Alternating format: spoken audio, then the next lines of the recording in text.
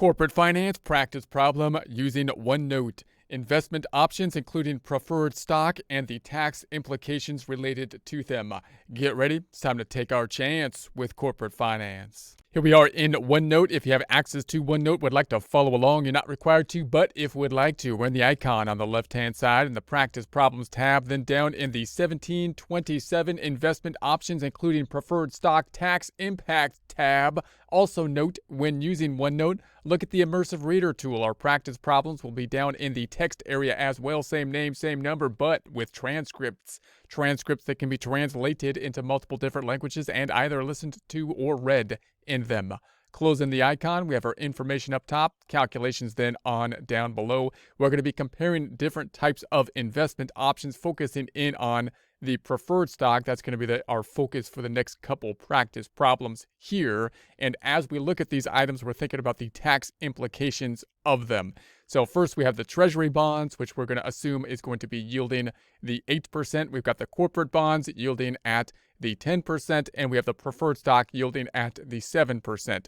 Now notice when you look at the treasury bonds, of course you would expect then, and these are not going to be current interest rates, this is going to be just a practice problem, picking up the interest rates and then thinking about the tax implications. And when we think about the tax implications, we're not necessarily talking about the current tax implications there as well. We just want to consider what the type of tax implications that could be in place will have on these types of investments. Clearly, the rates will change and the tax law could change over time.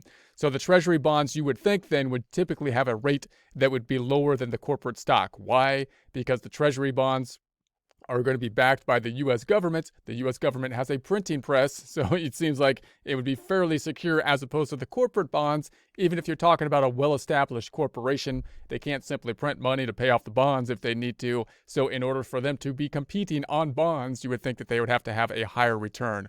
And then we've got the preferred stock, which is kind of that in-between zone between like an equity type of activity and a debt type of financing type of activity, because it's not common stock, which is the typical thing we think about when we're investing basically in equity, but we have kind of components related to it's an equity component, but it's got things related to debt in that we got a more fixed type of payment, and we've got that preference to the dividends going to the preferred stockholders over generally then or has to be paid first before you go to the common stockholders. Now, when we look at the tax brackets, we got the 35% tax bracket.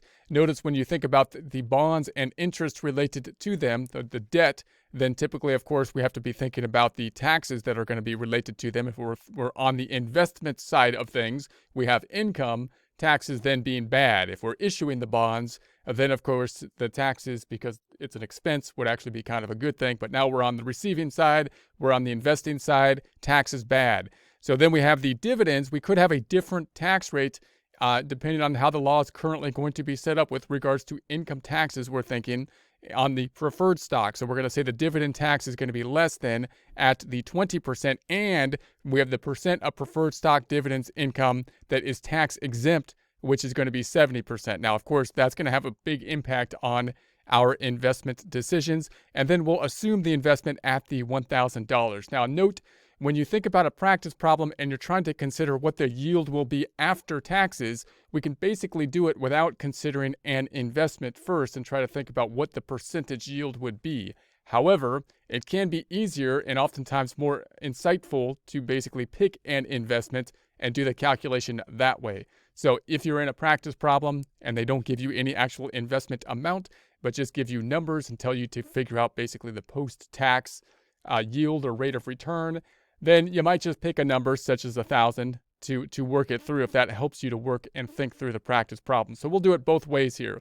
So we're going to think about the treasury bond after-tax yield first. So we're going to say the yield is 8%. Then we'll take 1 minus the tax bracket, and that's going to be 1 minus 35%. That'll give us 65%. So in other words, we're going to yield or get, in essence, interest, 8% return. But our silent partner is going to be taking 35% of it.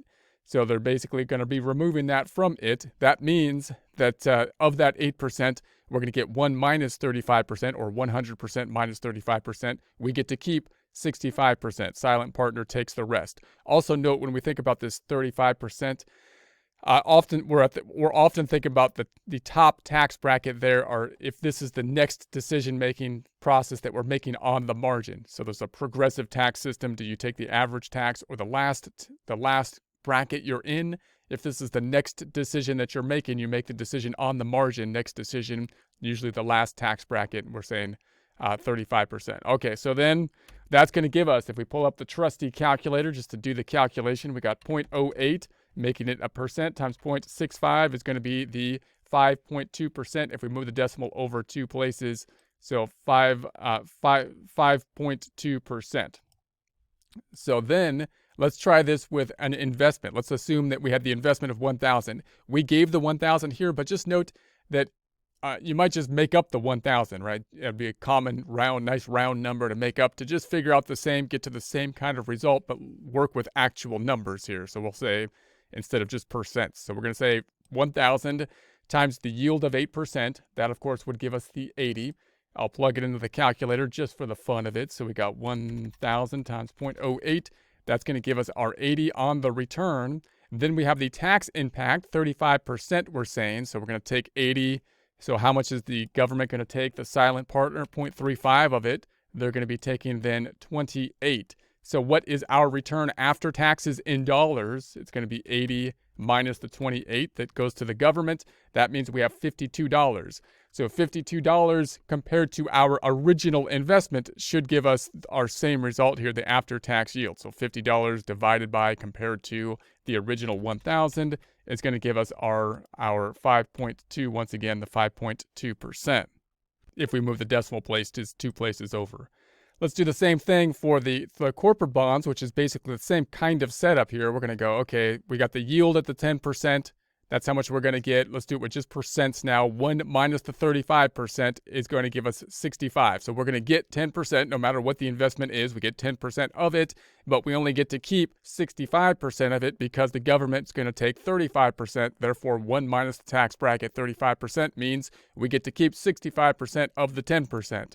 So if we take the 10% times the 65%, trusty calculator, 0.1 times 0.65, we get moving the decimal 2 places over the 6.5. Let's assume a $1,000 investment, get to that same kind of result, but this way I think is a little bit more intuitive for many people. So you just pick an investment, we'll pick $1,000, say, okay, 10% yield on it. So if we had the good old 1,000 times the 0.1 or 10%, we're going to get $100. But the government's going to take 35% of it. So take times 35.35%.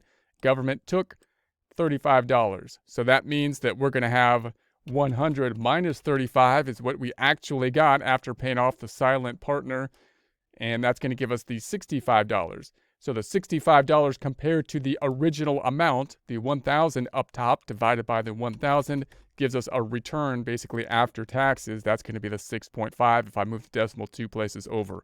Notice this second one is probably going to give us a better kind of picture of what's going on for most people until you kind of grasp the doing it by interest rates only, which is a little bit more abstract until you really get that. And then this one's going to be a little bit more complex because now we're looking at a yield of the 7%, but the tax rate is now at 20% because we're talking about dividends. So oftentimes in order to incentivize investment into corporations, there might be a tax benefit to that, have a different tax rate on it. And we're also going to say that 70% is exempt. So now we've got these two components. This makes it a lot more difficult to kind of think about without an actual investment. So I'll do it this way first.